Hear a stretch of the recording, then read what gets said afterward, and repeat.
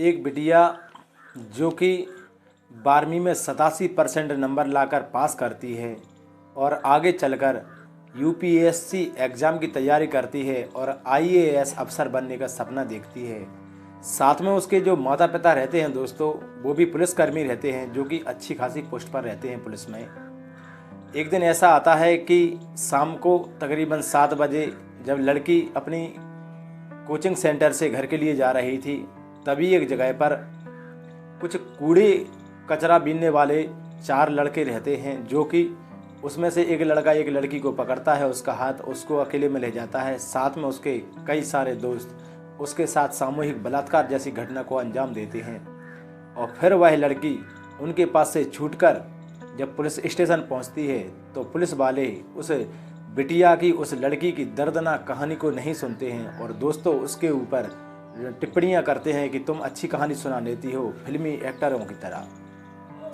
जब लड़की का रो रो कर बुरा हाल हो जाता है दोस्तों, एक घटनाक्रम जब उसके पिताजी सबूतों के साथ उन 4 अपराधियों को पकड़कर पेश करते हैं तो मुख्यमंत्री और अदालत और कोर्ट और सबका जब प्रेशर पड़ता है पुलिस के ऊपर, तो पुलिस वालों के पैरों के तले भी ज़मीन खिसक जाती है कि आखिरकार पुलिस वाले ऐसा गंदा काम कैसे कर सकते हैं कि एक बिटिया के साथ बलात्कार हुआ है और उसकी कोई सुनवाई नहीं हो रही है।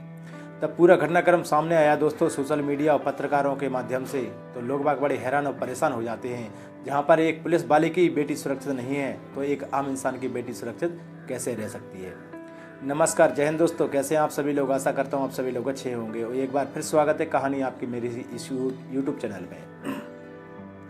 दोस्तों आज की जो घटना है वह है मध्य प्रदेश की राजधानी भोपाल की, जहां पर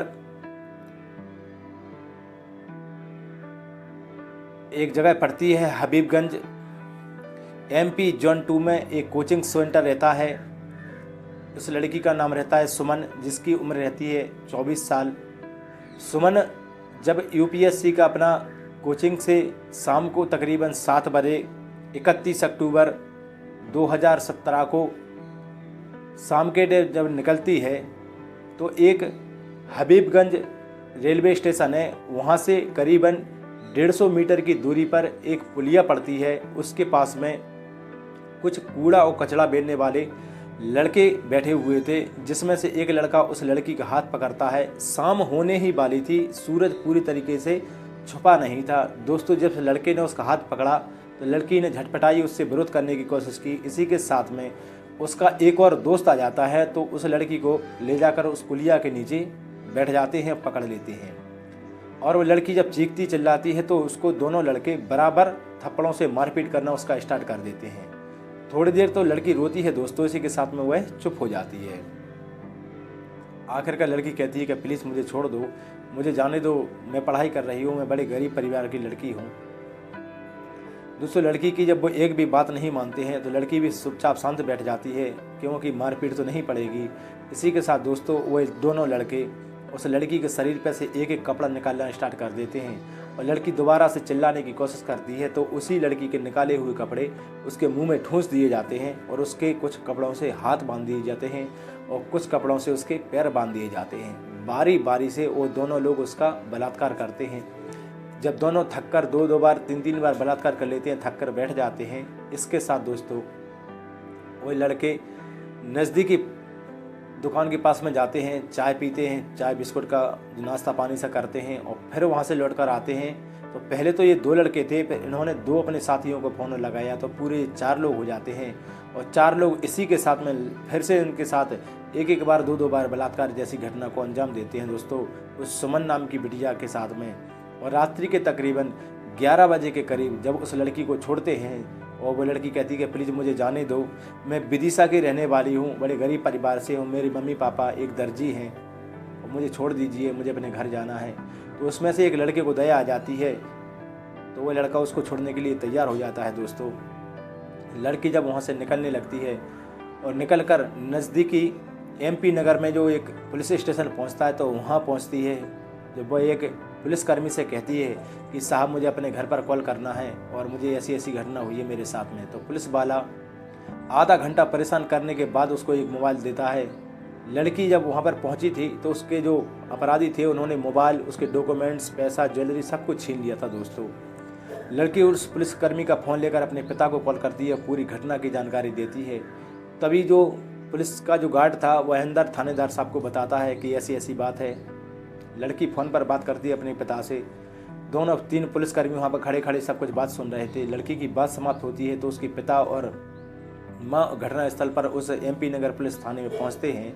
तो दोस्तों पुलिस वाले जो वहाँ के थानेदार साहब हैं वो उस लड़की की बातों पर कहते हैं कि क्या फिल्मी कहानी सुनाती हो, तुम्हारी फिल्मी कहानी में कोई वो नहीं है। तब उसके पिता पहुँचते हैं तो पुलिस थोड़ा सख्ती से आती है और कहती है कि ये जगह पर जहाँ पर घटना हुआ है ये हमारे इलाके में नहीं आती है। दोस्तों इस तरीके से उसको कहीं बताया जाता है कि ये घटना की जगह है वह हबीबगंज में पड़ती है। कोई दूसरा पुलिस वाला कहता है कि ये जगह GRP थाने में पड़ती है, कोई कहता है विदिशा थाने में पड़ती है। ऐसे उस लड़की को करीब 2-3 बजे तक रात के उसके पिता के साथ में उसको परेशान किया जाता है। जैसा सुबह होता है जब उसके पिता दोबारा उस पुलिस स्टेशन पहुंचते हैं, MP नगर पुलिस स्टेशन में दोस्तों, जब कहा जाता है उसके पिता द्वारा कि मेरी बेटी को इंसाफ चाहिए, तो पुलिस वाले फिर से यही बात करते हैं। तो उसके पिता सर पर पगड़ी बांधकर कहता है कि मैं स्वयं अपराधियों को ढूंढ कर लाऊंगा। दोस्तों जब उसके पिता वहाँ से निकलते हैं पुलिस की वर्दी लगाकर, तो जो एक उसमें से गोलू नाम का लड़का रहता है जिसने बलात्कार को सबसे पहले घटना को अंजाम दिया था, वो लड़का वहीं पर एक दूसरी जगह छुपकर उनकी बातें सुन रहा था। तब लड़की उसको देखती है और तुरंत पहचान लेती है। वह कहती है पिताजी ये वही लड़का है जिसने मुझे सबसे पहले पकड़ा था। उसके माता और पिता उस लड़के के पीछे भागते हैं और जो गोलू नाम का लड़का रहता है वह इस तरीके से भागता है, करीब 6 और 7 किलोमीटर दौड़ता है, लेकिन माता पिता भी पीछे हटने वाले नहीं थे दोस्तों। लगातार कंटिन्यू दौड़ते जाते हैं और उस लड़के को पकड़ लेते हैं और पकड़ने के बाद जब उसको पुलिस स्टेशन लेके आया जाता है और जब लड़का पूरा घटनाक्रम सुनाता है और उसमें से 3 अपराधियों के नाम और बताता है, जिसमें से गोलू तो उसका स्वयं का नाम रहता है, राजू, रमेश और बिहारी, 3 लड़के और का नाम बताता है। तो उसी के आधार पर उनके बताए हुए उस लड़के के एड्रेस पर बताई हुई पुलिस पहुंचती है। तो गोलू, बिहारी, राजू, रमेश चारों को अरेस्ट करती है पुलिस वाले और उन पर जब पूछा जाता है मारपीट द्वारा, तो लड़की ने जो घटना पूरी पुलिस वालों को सुनाई थी वो पूरी घटना उन चारों लड़कों ने ही सेम तरीके से पुलिस वालों के सामने सुनाई। जब पुलिस वालों की आंख खुलती है दोस्तों, तो पुलिस वाले उनको पकड़कर बलात्कार के मामले में उनको जेल के अंदर डाल देते हैं। तब ये पूरी घटनाक्रम का सामने खुलासा होता है दोस्तों। तो उस समय पुलिस प्रशासन होश में आता है और इस पर कार्रवाई करने के लिए लग जाता है दोस्तों। तब ये बात धीरे धीरे शिवराज सिंह जी के पास पहुंचती है मध्य प्रदेश में। तो शिवराज सिंह जी उस समय तत्काल प्रभाव से कार्रवाई करने का पुलिस को आदेश देते हैं। तो उसको उस समय सविता दुबे जो कि हाईकोर्ट की वहाँ की सुप्रीम जज थी, तो इनको आजीवन कारावास की सज़ा सुना दी जाती है दोस्तों।